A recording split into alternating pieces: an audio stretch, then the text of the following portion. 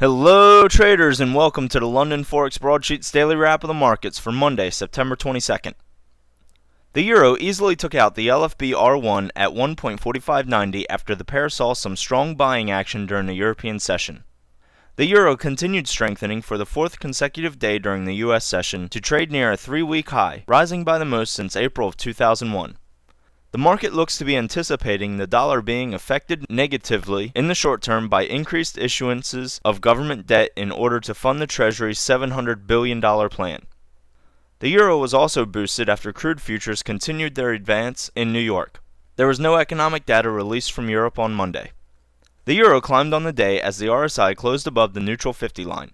The pair is also running into its 50-day SMA as resistance in the 1.4920 area. Other areas of resistance could be in the area of the 200 and 100-day SMA around 1.5300. The pound gained almost 100 pips during the European session and gained another 40 in New York. The Rightmove House Price Index for the month came in lower by 1% and by 3.3% for the year. This is the fourth straight month of losses as the credit crisis intensifies on a global scale. The average home price fell to £227,000. Housing data from the Royal Institute of Chartered Surveyors state that prices have fallen by the most in at least the past 2 decades. The sterling has broken above the 38.2% retracement, and the next stop could be the 50% level. If broken, that could signal the end of dollar strength for a while. The 50% line also shows there is heavy resistance from August in the 1.8800 area. The Aussie fell almost 80 pips during the Asian session, but gained strongly in Europe and New York to reach its highest level since September 2nd. The economic calendar is extremely light this week from Australia, which means movements in the equity and commodities market will exert the most influence on valuations. The pair stalled out today as other pairs made terrific gains against the dollar. The pair tested the area around its 20-day SMA before going green for the day. The next major resistance area is still 350 pips away at 0.8800, which also corresponds to the 50-day SMA. The loonie traded sideways during the overnight session, moving within a 30-pip channel between the neutral pivot point at 1.0520 and the 50-day moving average, but gained strongly in New York after crude futures climbed for a fourth day and after a report showed core retail sales rose 0.4% in July. The loonie was able to break below support that was seen at its 50-day SMA around 1.0460. That area was also seen as support in August. The RSI has also dipped below the neutral 50 line. There are only 70 pips before the pair hits its 100-day SMA at 1.0280.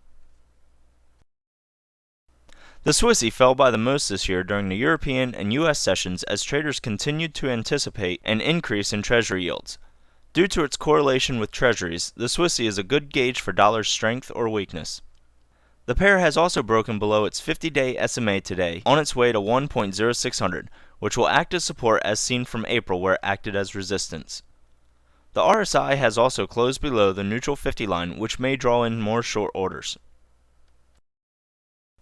The yen fell 90 pips during the overnight sessions, reflecting the negative numbers in the US futures, and continued to fall in New York as equity markets traded lower. The Bank of Japan has stated that it is still concerned over the instability seen in the U.S. banking and financial sector, as well as how it will affect the global economy. The U.S. slowdown is drastically affecting the Eurozone economy, and that presents major downside risks to the Japanese economy. Although the bank did state that their inflation worries are beginning to ease somewhat while their monetary policy conditions remain loose. The yen looks as confused as ever. One day up, one day down. Let me guess. Tomorrow will be an up day. There's still not much to be taken from this chart until we see positive global equities. On the upcoming economic calendar, we have 2 top-tier releases scheduled for Tuesday. The first of which will be core CPI from Canada at 0.700, and then to be announced, Fed Chairman Bernanke will be testifying before Congress. In Asian equities, the Nikkei rose 169 points or 1.42% to close at 12,090. This is the biggest 2-day gain since January. The Australian S&P ASX gained 216 points or 4.5% to close at 5020. In European stocks, the German DAX fell 81 points or 1.32% to close at 6107.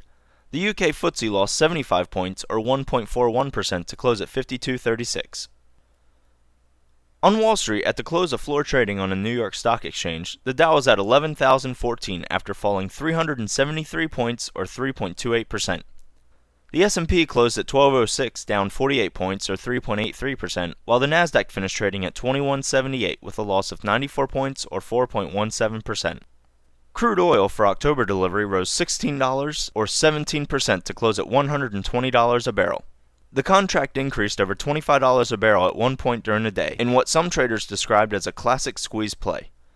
The November contract rose $6.62. Trading in the October contract expired today. Gold futures for December delivery rose $44 or 5.1% to close at $909 an ounce.